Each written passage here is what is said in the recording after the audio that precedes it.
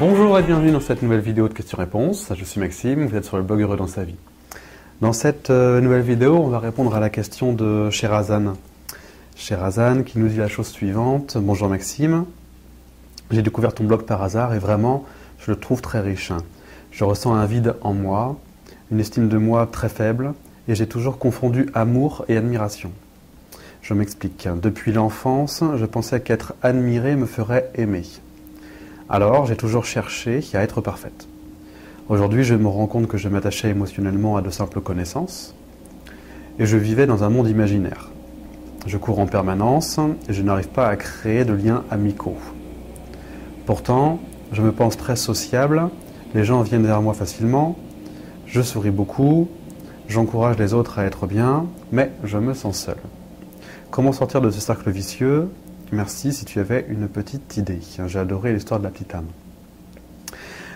Oui, l'histoire de la petite âme est très chouette, merci. Alors très bien pour cette question Sherazan, merci de l'avoir posée. Donc si je récapitule un petit peu ce que tu viens de nous dire, tout part d'un sentiment finalement de solitude, créé en tout cas... Tu estimes que ça vient du fait que tu manques de liens amicaux, donc la solution c'est de trouver des liens amicaux pour arrêter de se sentir seul.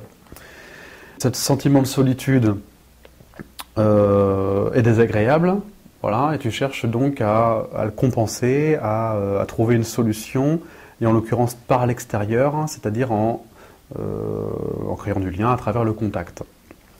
Donc c'est là où intervient le cercle vicieux, c'est-à-dire que ta manière à toi de compenser ce truc désagréable, ce vide-là, ce sentiment voilà, désagréable, hein, c'est à ce moment-là, tu as deux solutions en fait. C'est soit tu vas le visiter, ce sentiment, ce vide, quoi, hein, cette espèce de truc pas cool, ou soit tu le fuis.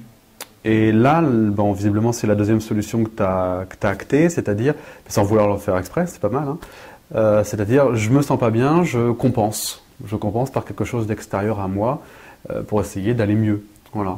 Donc ça, c'est une fuite, et ta fuite à toi, ça, c'est de demander aux gens de remplir ce que tu ne remplis pas toi-même, à savoir le fait de t'aimer.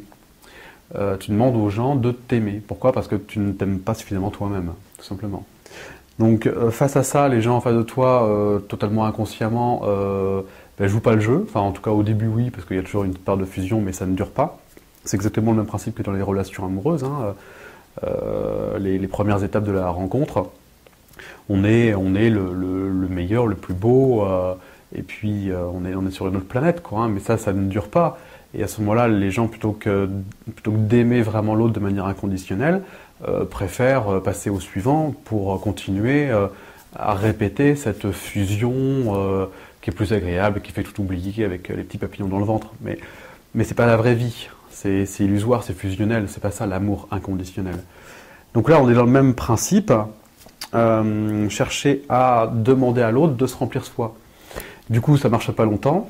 Les relations s'arrêtent puisque la vie ne te laisse pas aller par là, puisque la vie est bienveillante à ton égard et elle veut que tu progresses sur toi, donc certainement pas en fuyant tes propres émotions et ton propre vide. Et donc les relations s'arrêtent, tu le vis comme une injustice, comme un rejet, qui te renvoie à l'estime de toi, parce que tu te dis que tu n'as pas assez de valeur pour maintenir des relations.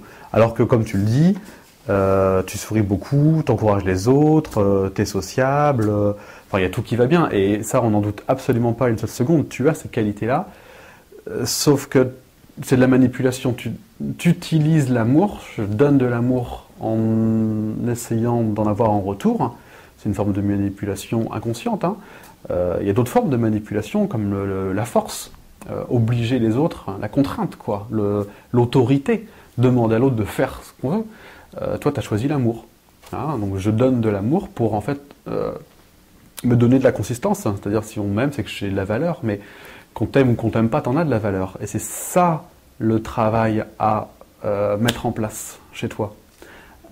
Pour sortir du cercle vicieux, c'est-à-dire que compenser cette estime de soi-là, c'est-à-dire travailler cette estime de soi pour ne pas avoir besoin de l'environnement, de l'extérieur, pour que ce soit validé.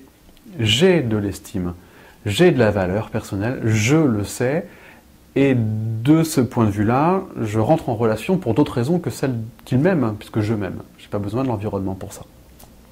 Et là, on peut construire des relations stables et équilibrées, puisqu'il n'y a pas de demande implicite que l'autre me donne quelque chose que je ne me donne pas à moi-même. En fait, on ne peut pas créer de relations vraies si on n'est pas vrai. Et comment qu'on est vrai? En se connaissant. Là, tu es dans un travail que tu as commencé, hein, là, c'est les bonnes questions. Tu es dans un travail de connaissance de soi et d'amour de soi-même qui va te permettre une stabilité, un ancrage qui va permettre d'attirer des gens qui vont être stables eux-mêmes et avec une relation plus complète. Ça va former une relation plus complète. Sinon, c'est ça, je me sens pas bien, je fuis d'une manière ou d'une autre, donc je cherche donc à compenser, je ne vais donc pas en moi pour trouver la solution, je le demande à l'extérieur. L'environnement, comme il est bienveillant, il me montre que je fuis, donc ça se passe pas bien, et hop, je reboucle sur ce que je pensais depuis le début, ou ma croyance, parce que c'est pas vrai non plus, c'est une croyance, que je manque d'estime de moi. Donc là, c'est vraiment ça d'ailleurs, la croyance, c'est j'ai besoin d'être une autre personne pour être aimé. Alors que l'idée, ce serait que tu t'aimes de manière inconditionnelle, et que du coup, tu n'as besoin de personne pour t'aimer toi-même. La solution, c'est donc d'accueillir ce vide, d'accueillir cette incapacité d'abord à s'aimer, pour après accueillir l'amour, ou le manque d'amour, peut-être, dans un premier temps, pour après installer l'amour, la paix, et puis vivre autrement, quoi. Donc connaissance de soi, ressenti, qu'est-ce que j'avais marqué d'autre, la rencontre du vide, voilà. La conséquence, ça va être la paix intérieure, l'amour, et puis les relations authentiques, puisque pourquoi les relations ne fonctionnent pas, qu'elles soient amicales ou sentimentales, c'est qu'on n'a pas le vrai en face de nous.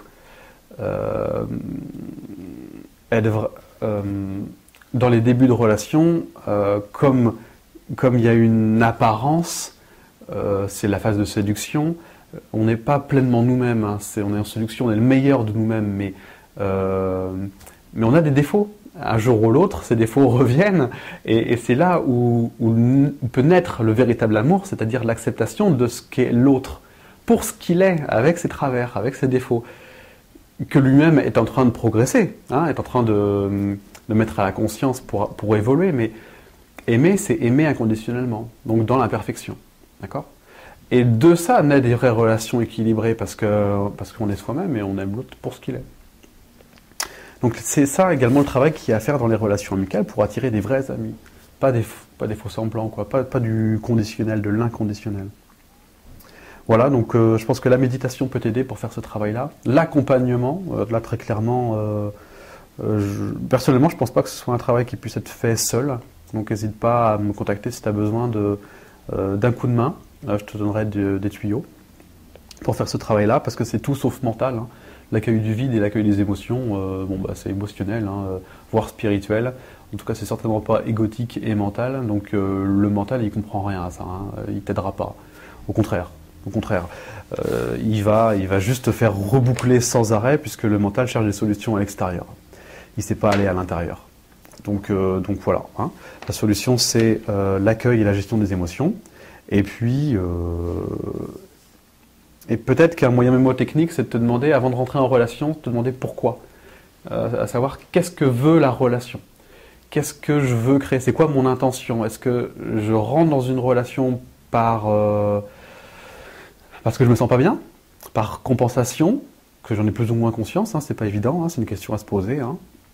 Ou est-ce que vraiment je le fais parce que je le sens et parce que je demande rien à l'autre? Je vis pleinement la relation telle qu'elle est et je l'accepte telle qu'elle est. Hein. Voilà, l'amour ou la peur, finalement. Est-ce que j'y vais parce que je me sens bien et que je sens cette relation, ou est-ce que j'y vais parce que je me sens pas bien et que j'ai besoin de compenser mon vide? Et si c'est ça, si l'idée c'est de compenser le vide, eh bien, pourquoi pas? Mais en tout cas d'en avoir conscience, de manière à pas reboucler de manière inconsciente et tomber dans le schéma de répétition. Voilà, cher Hazan, ce que je pouvais dire sur ta question. Je pense avoir fait le tour. Je pense que si tu fais ça, je pense que tu auras des gros changements. Voilà, n'hésite pas à nous tenir au courant dans les commentaires. Merci en tout cas d'avoir suivi cette vidéo. Et puis je vous dis à très bientôt pour la prochaine vidéo de questions-réponses. À bientôt, au revoir.